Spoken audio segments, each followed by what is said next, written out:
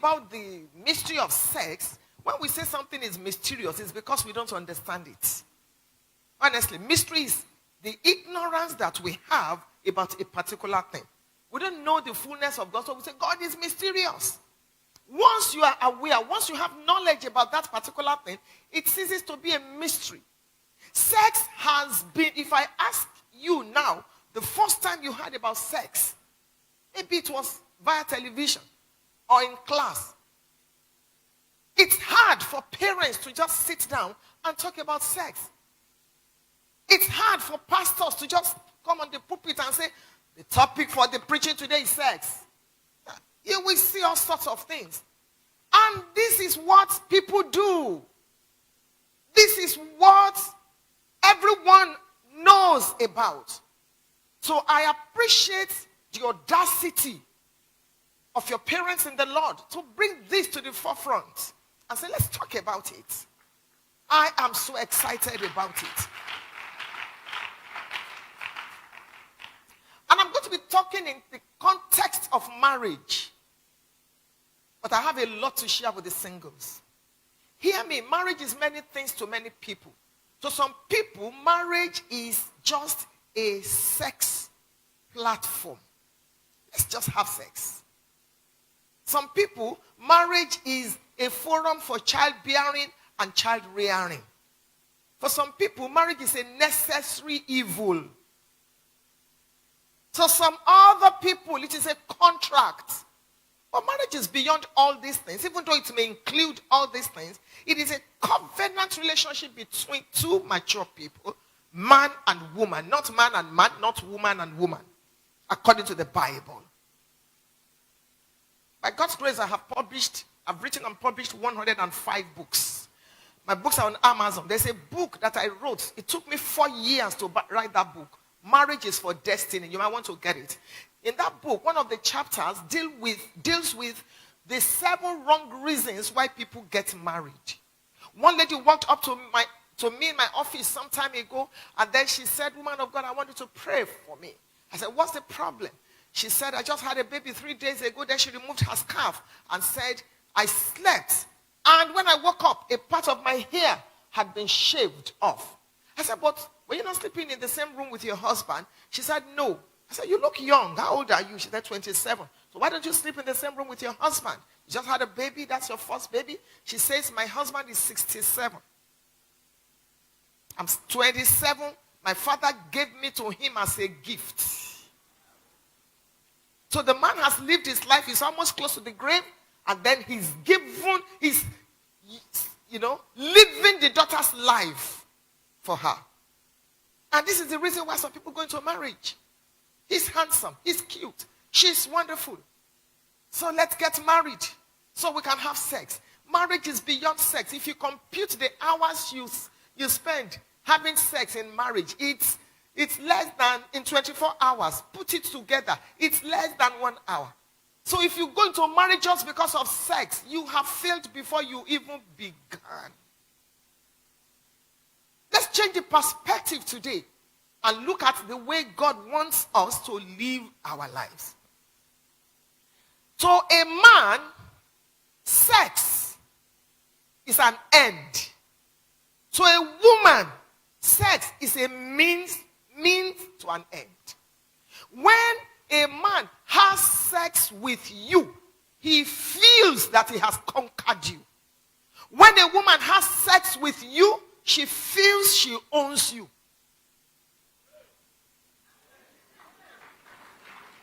That's why you must be careful who you allow to come into that space of your life.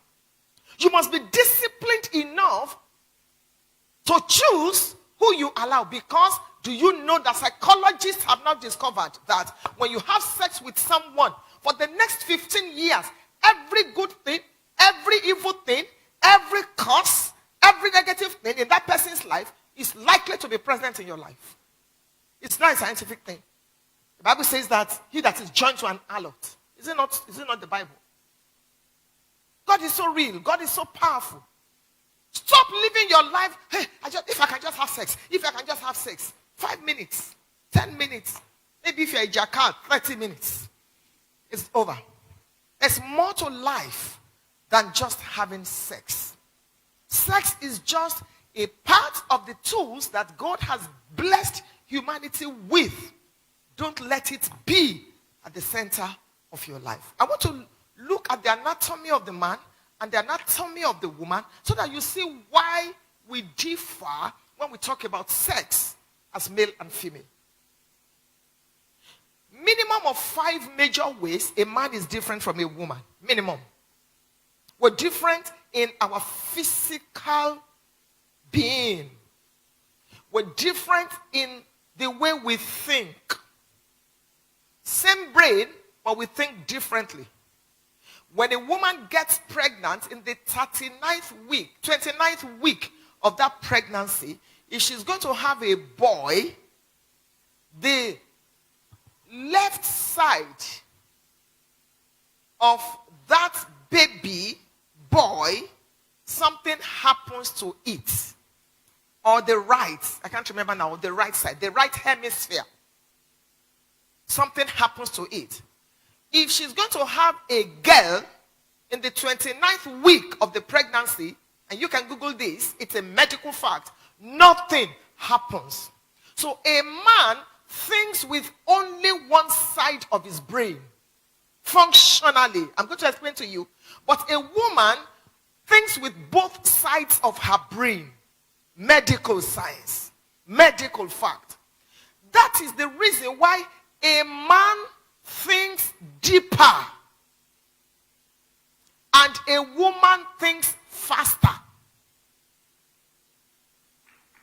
A man will consider the pro and the con. If we go and fight with our neighbor now, we will look. A woman is saying, let's go and fight.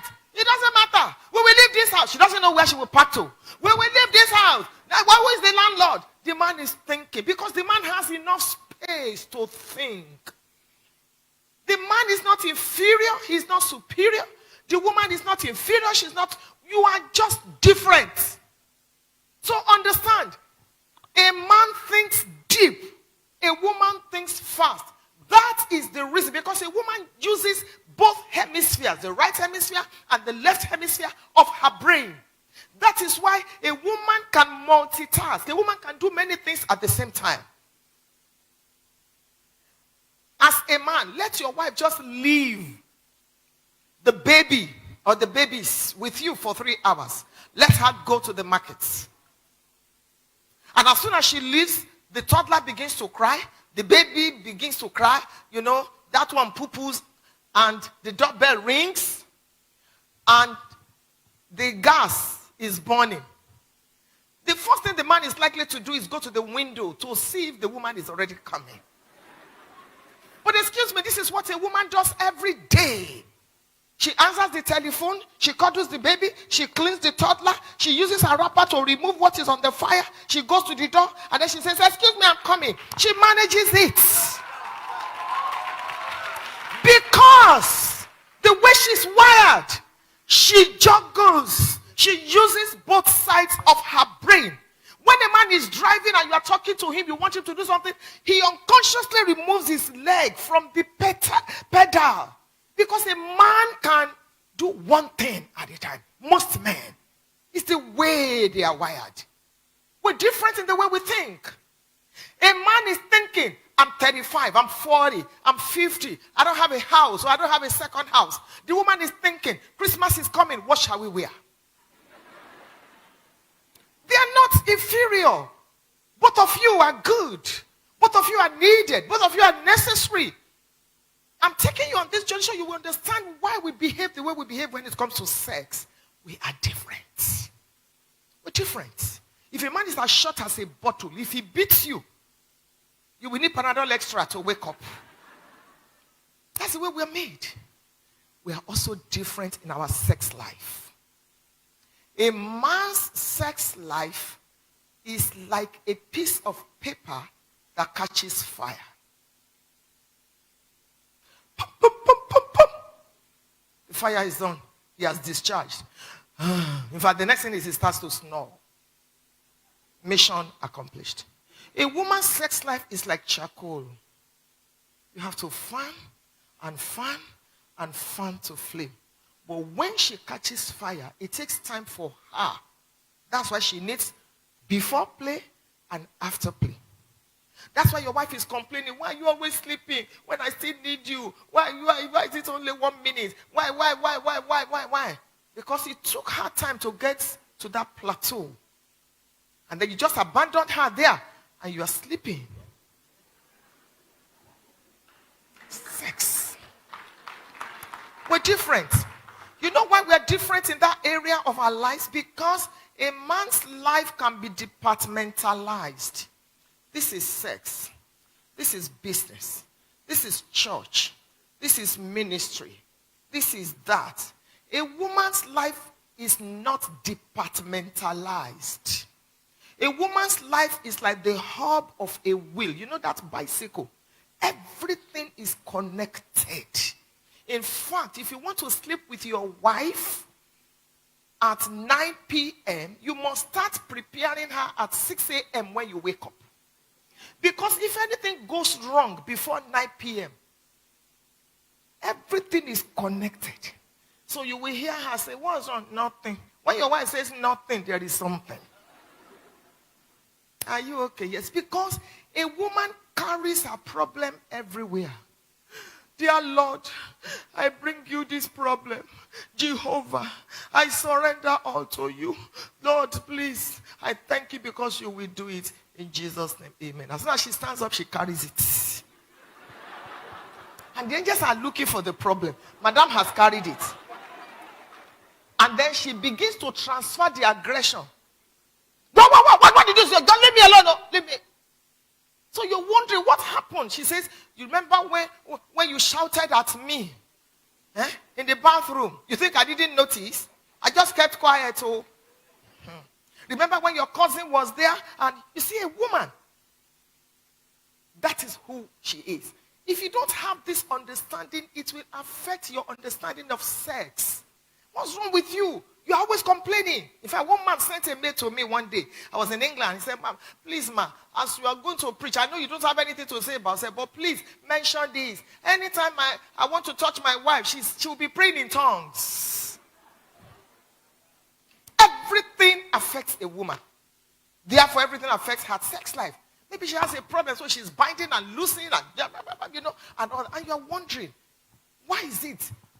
Some women, they've been raped before. So they have this perception about sex that is very wrong. Because a woman's life is not departmentalized. And if you're not careful, she brings it into marriage and she becomes frigid. And you're wondering why it's only missionary style. Are you done? Have you finished? Souls are perishing. I know you're all mature, so I can say all these things that I'm saying, So, and you wonder, the man wants you to explore. The man wants this. The man wants that. Sometimes, if you don't deal with your past, it affects you. Let me make you laugh. About 1 month after we got married, I will wake up and quickly, if I wanted to make love with my husband, I must tell him, please switch off the light, switch off the light. I can't just be touching you like this. Then I will quickly go to the bathroom. I will shower. Then when I come to the room, I will put a towel around my body and be creaming my body. One day my husband removed. I said, I don't like it. I don't like it at all. I don't like. He said, but we are married. I said, I know, but because where I'm coming from, that's not it. So I had to grow.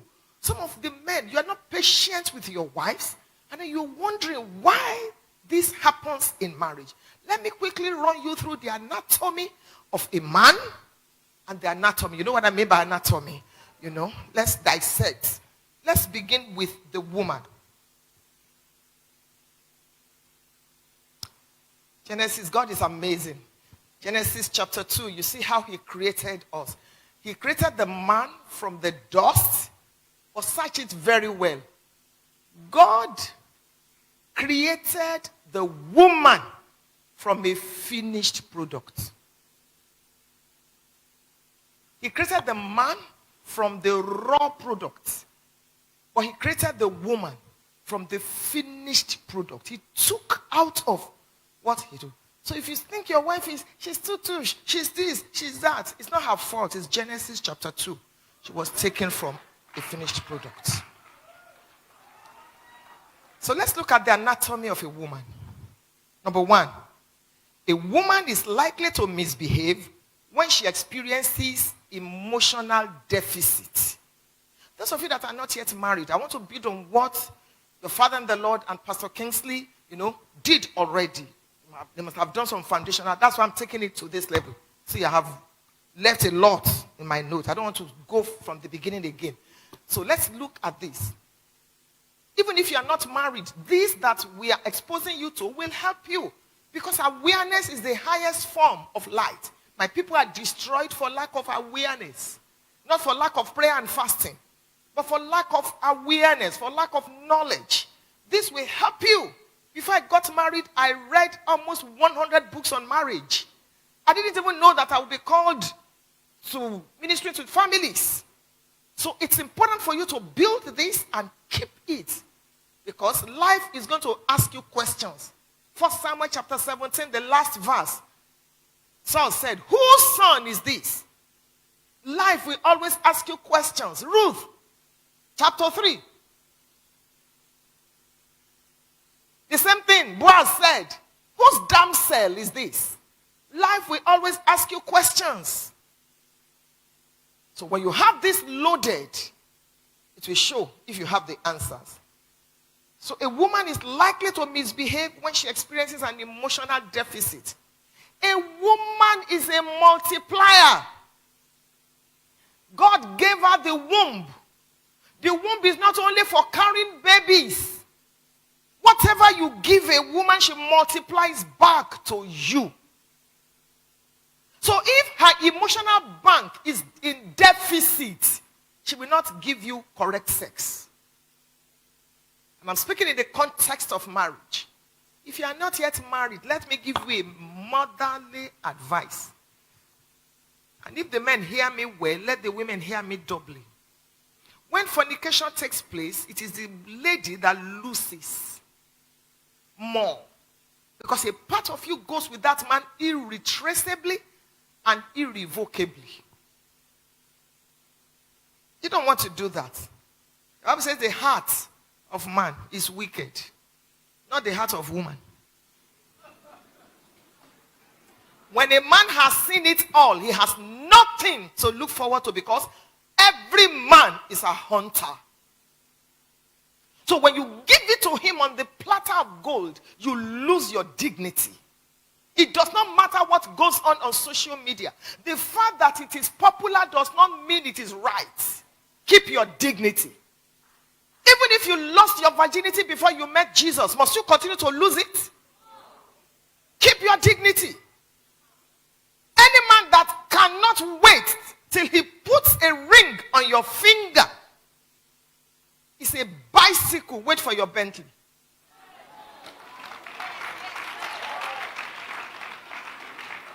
True love waits. Because let me tell you the truth. In the reality of marriage, I've been married 38 years. There are times when it is not sex. Every marriage goes through 5 stages. I have in my note. The final stage of every marriage is called the gracious stage. And that can take years. Each of you, you've gone, you've conquered, you are successful, you come together. There's a stage in marriage that is called I am not a fool stage. I have everything in my notes. A time comes when it is not sex that sustains your marriage, it is friendship. Friendship. It is friendship, not even commitment. Any of us can slide. It is friendship. Marry your friend. Marry your friend. Who is a friend? Someone that knows where you stink and yet is faithful. Marry your friend. Someone before whom you can be vulnerable. Marry your friend. It's not every time you feel like having sex. It's not every time you feel like praying. It's not every time you feel like praising God. It's not every time. There are different types of you. There is the untouched side of you. There is the touched side of you, the one that goes to the office, all made up. Everything is looking. That's why you cannot live your life based on social media. Those people that snap and they show you, if the camera should flip and you see the other side of their room, you will never pray to look like them. Marry your friend. It's a huge advice. And don't sleep with everything that you see. Every man that comes your way, you must sleep with him. Sex is not an end in itself. The anatomy of a woman. She misbehaves when her emotional bank is empty. So you must learn to continue to make deposits in your wife's emotional bank so you can be able to withdraw. Different ways of making deposits that I don't have the time. A touch. Public display of affection. Sometimes I want to preach. My husband is about introducing me and then he's saying some good things about me. I will stay there because I want him to say more. And I'll be looking for what is not lost in my bag. And I'm saying, continue. Let's welcome my wife. She's the first lady. He's depositing something in my emotional bank. You cannot just be telling your wife, are you the first person to be pregnant? Stand up, my friend. I come against every demon. There's no demon. It's your spam.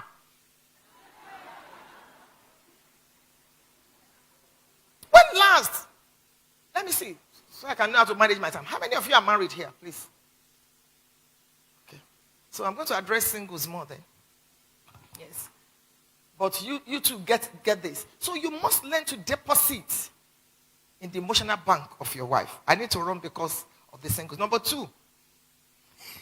I'm analyzing a woman. A woman remembers the now blessing. So it is wise for you to spread the blessing. If you give your wife 10 million now, she will thank you and thank you and thank you. In 1 week, in 1 month, she's forgetting. I say, I don't even know what is going on in this house. She prefers that you give her consistently. Consistently, not just once in a while. It's good for the once in a while to come. I'm telling you all this. You want to enjoy sex in marriage. Understand this. It will help you. Why is she always misbehaving? This is it. Number 3, I've told you a woman is a multiplier, so be careful what you sow. Number 4, a woman responds more to words, so watch what you say. A woman responds to words. If you say, when I say, you are beautiful, oh God, you see her at the bus stop, she'll be doing. For 3 days, she's still thinking, a man said to me, I'm beautiful, and I didn't get his number. Men don't care. Whether I tell him he's handsome or not, that's not his business. It's going on, That's a woman. Number 5, you can win an argument with a woman, but you cannot win the war. I'm not going to be explaining so much because of time. Number 6, there is nothing a woman cannot get from a man using her various skills. Body, emotions, persuasion, manipulation, sex, lullaby, praise. Number 7, every woman is security conscious. You want to have sex with your wife. She's asking you, did you lock the door? The man says, yes, I locked it. The woman says, go and check again. And men can do anything at that moment. The man will stand up again, go and check. Say, I told you that I locked it. I want to drink water. He will ask you, is it cold or room temperature? And some women can be manipulative. Number 8, she speaks more words than men. Psychologists have discovered that a man speaks an average of 25,000 words per day. I'm not speaking about preachers because, they have to speak. Averagely, 25,000 words per day. A woman speaks an average of 250,000 words per day. And I believe the psychologists because in Genesis chapter 3, when the devil approached Eve, the serpent spoke 14 words. Eve replied with 44. Go and count it. King James's version. Has God said 14 words? Madam replied with 44. Number 9, a woman remembers details more often than men. Yes, your cousin was standing like this. She just faced like this. She just turned in front of a woman. Hey, when I was going, I saw something. The man is a headliner. I will tell you, so said I should greet you. Simple. The woman wants to tell you, so said I should greet you. You would say, when I first left, I forgot the car key. I came back. Then I peed and the gate man, Moshe and horn. I was just open now. She just wants to tell you that I saw Reverend Charles and he said I should greet you. A man will tell you that he said I should greet you. Simple. So you're wondering, sometimes I ask my husband, is that all? 3 hours of discussion. Yeah, he said, that's the point. That's the point. It used to annoy me, but now I have come to understand that it's a man thing. Number 10, a woman is more romantic. So she wants you to touch her. She wants you to say, I love you. But I love you now. If I didn't love you, I would not marry you. That's not a woman. You must understand. She wants to hear it every time. She wants you to pull the duvet over her before she sleeps. She wants you to kiss her forehead. Marriage is hard work. Hard work. It's not for boys and girls. Some people may not make heaven because of marriage. Because there is no institution where your patience is tried like marriage. When you get married, you move from patience to long suffering. From long suffering to endurance. Marriage. Number 11, a woman is more or is a better organizer.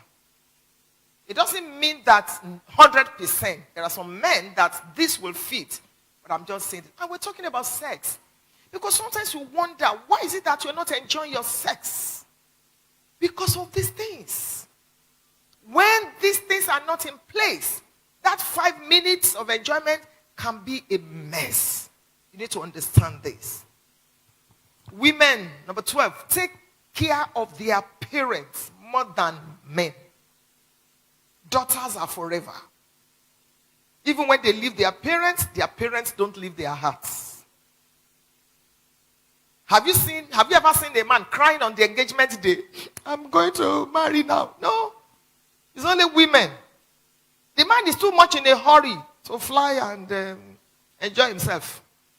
So, that's what happens. Men plan around their immediate family. Women include their parents in the budget. They even take from the man to give their parents. If these things are in place, it will help your sex life. I'm telling you. So let me pause and speak about the men. Before I now share something with you that I want us to pray about. The anatomy of the man. Number 1, a man is wired to be rational. So, tell your husband, well, I don't understand. You're always overthinking something. That's the man. They are rational. Because they have space in their brain to think about this thing. Let me go on. Number 2, a man is not easily moved or persuaded. He needs proof or evidence. Why should I do it? Go to many churches where they must see the prophet and carry this and carry that. It's women. Plenty. Go to any church and then they say, we are praying for our parents. We are praying for our children. You see the woman carry pictures.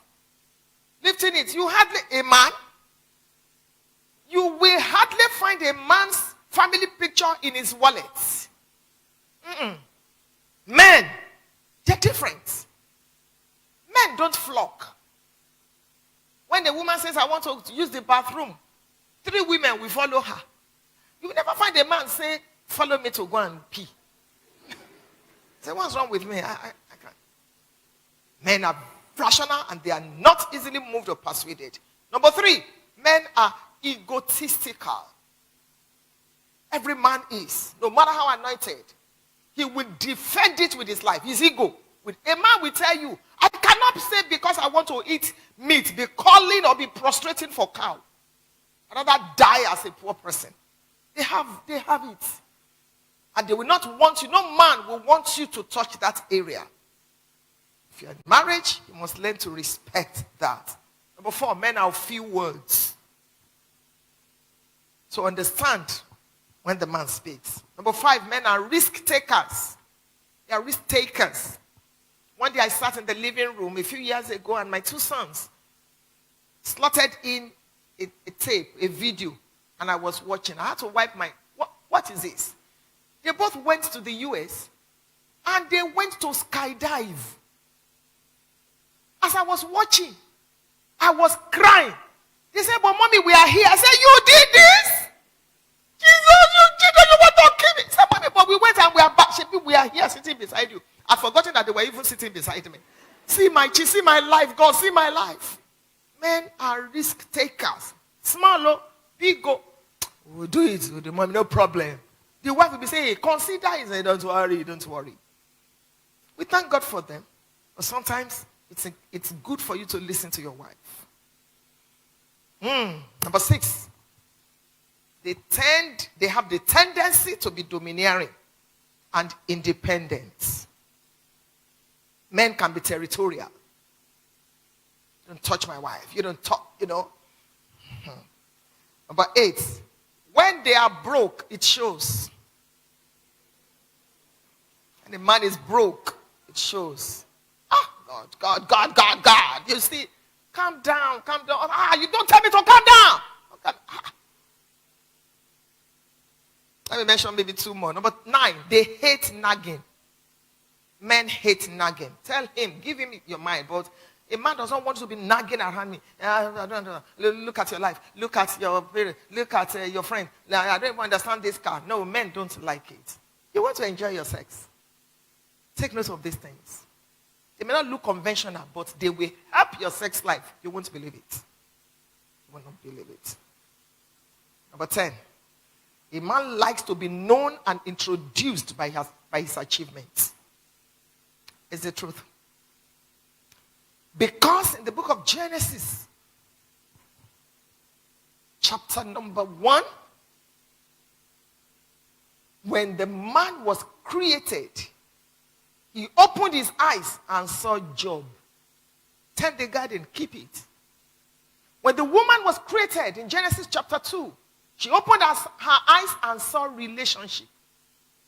Wow, this is the bone of my bone and the flesh of my soul. A woman is relational. Ask a woman, excuse me, can I meet you? I'm the wife of. Ask a man, the man will tell you, I'm the CEO of. That's who they are. And you need to understand it. Some of you that are married, just before I say a few things to the singles, some of you that are married men, please learn to remember that you wear many caps. You may be the general manager of MTN and the general manager of whatever. You are not the general manager of the universe. So when you get into your house, can you please take off that cap and be a husband? It is so sad that a lady sent a message to me, forwarded a message to me. The husband will say, come to my room for sex. Because he's the manager of, so you control everybody. Come to my room. Where's my food? It reduces you as a man. That's not how to be a man. That's not how to be a good man. And there's no way you can enjoy sex in marriage if you do that. Women, please listen to me. It doesn't matter whether I'm criticized or not. Truth is bitter. And pioneers are always first criticized, then acknowledged, then thanked, then copied. In 1903, the Wright brothers, they were bicycle repairers. When the entire world said no metal could fly in the air, for 15 seconds, they flew. The day they were going to fly, only 4 children and 2 adults showed up to mock them. They were the sons, the Wright brothers, were the sons of a reverend gentleman. When they made that announcement, their father, Reverend Wright, said, the 2 of you will rot in hell. Pioneers are always like that. The man that gave us the wireless telephone, when he first started, his friends, 4 of his friends, took him to a psychiatric hospital. Look at it today. Look at the majesty of the aviation industry today. Ladies, I said all that to say this. If the totality of your financial life depends on your husband, you're a colossal failure. Your husband is not El Shaddai, else he shall die.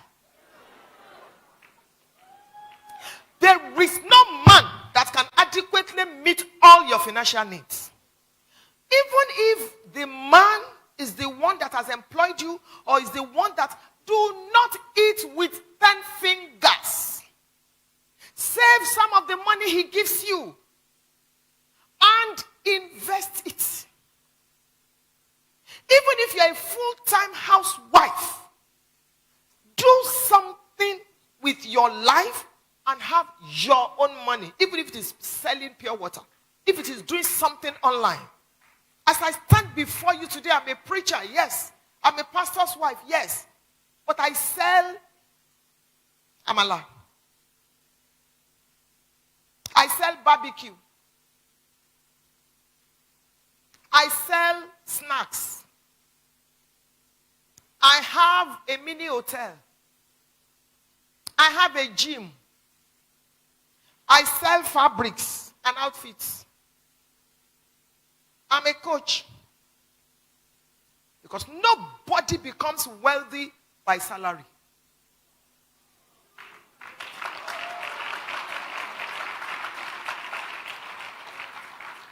There's no way they will call an offering or a special seed in a church and I will not be one of the first to come out. There's no way. And it is my money, righteous money given by God, not stolen from anybody. My husband and I have been in business before we came into ministry. It's just that a lot of people don't always know that side of preachers. Do something with your life. This can affect your sex life. Money is important. It is the truth.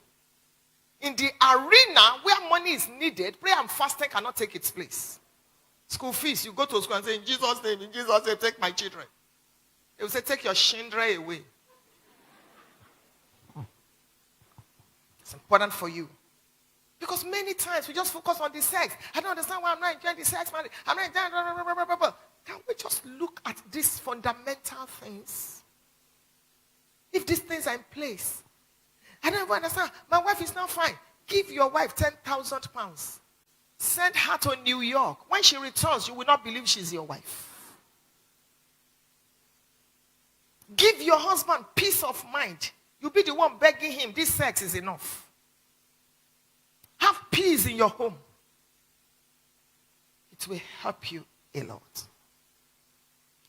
For those of you that are single, please take this advice from me. Number one, love God passionately.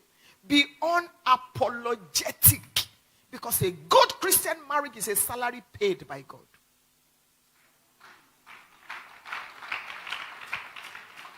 I still go to church to sweep. I've been sweeping as a single lady. You can't collect my broom from me.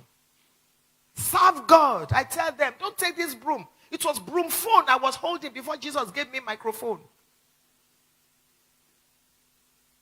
You're singing in the choir. Sing unto the Lord. Do it as if this ministry, nothing must happen to it. You are playing the drums. It must never be dirty. My junior sister, it's only my brother that is in between us. Same father, same mother. She got married. She served me for 11 years. Got married. God helped her. It was a good wedding. And she didn't have a child. One day I went to the Lord in the place of prayer. I said, Father, why will Lola not have a child? She served me. She's been faithful. What's going on? The Lord said to me, every time the angel brings her baby, she was absent in church. I said, God, she's a church girl. She's always there.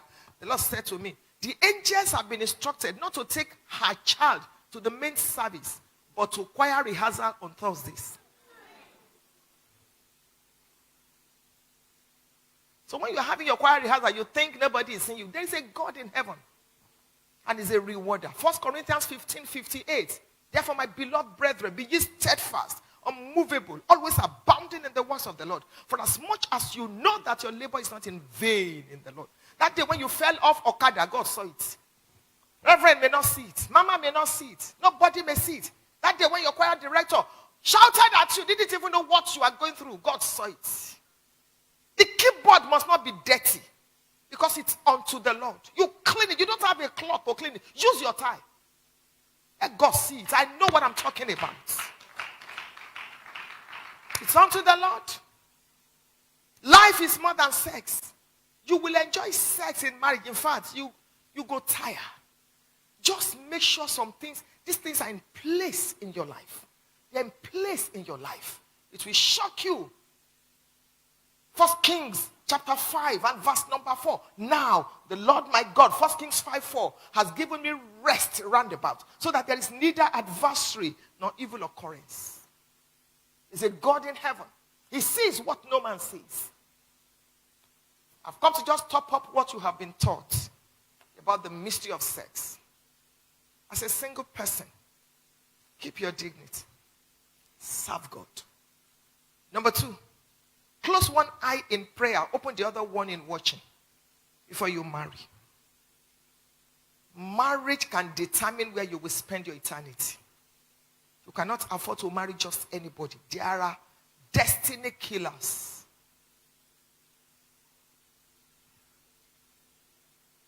They are everywhere, looking for who to devour. John 10:10.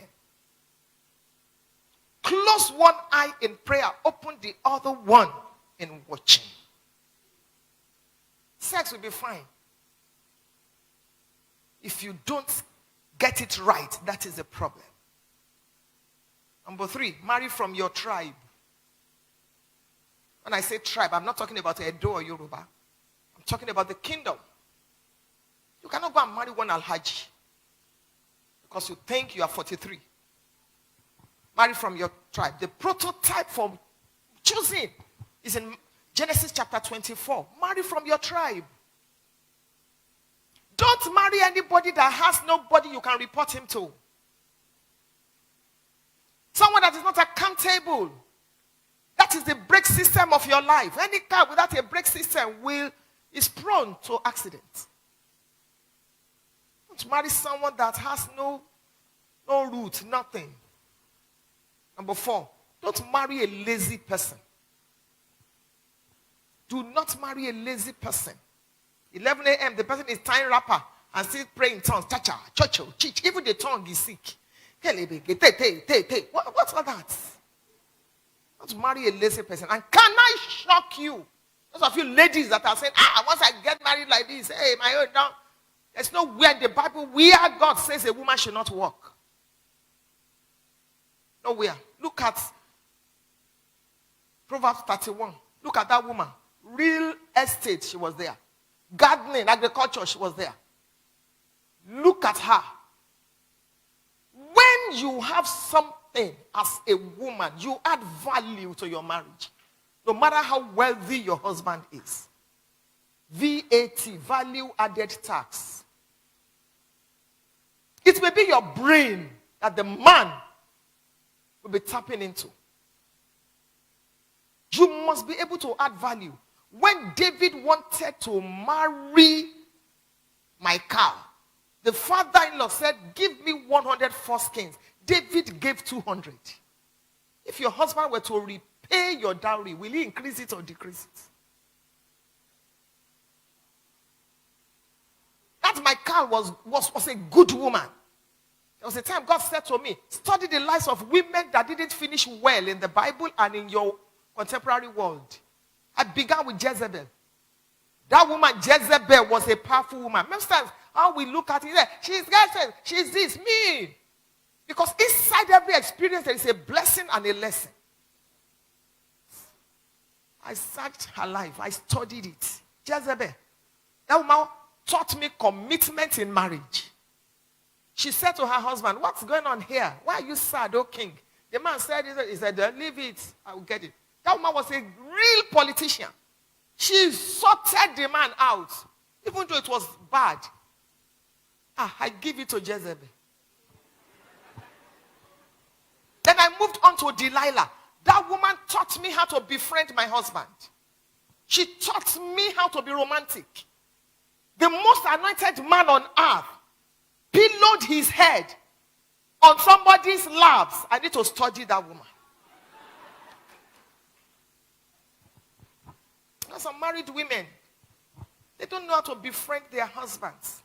Everything is spirit. They don't know how to dress. At 37, they look 67. Even if you don't wear jewelry or makeup, madam, upgrade now. Upgrade. And it's not everywhere you tie scarf to. Your husband is sleeping with you. You are so used to scarf. Sleeping with you. My scarf, oh my scarf. Scarf every time. Scarf. And this terrible beret, the person that started that beret will stand before the throne of God in judgment. And it's for women only. Want to kill us? You must carry scarf as you are going to the market. Carry scarf in the bathroom. Carry scarf when you are having sex. What do you now? What is wrong in you? Must be presentable. It's important. This is what I brought for you today as far as sex is concerned. Because if you take care of these things, sex will be a child's play in your marriage. You will enjoy yourself. And those of you that are married, don't wait till your husband invites you before you have sex in your marriage. It is in the olden days. That's for sex, so because the man will think you're a prostitute. Lie. Ask him for sex. Look at your husband while you are having dinner. Can we have a flight to Jerusalem today?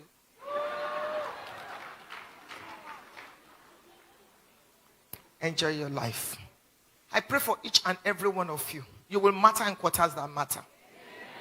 In marriage, God will give you rest. And it shall be well with you. In Jesus' name.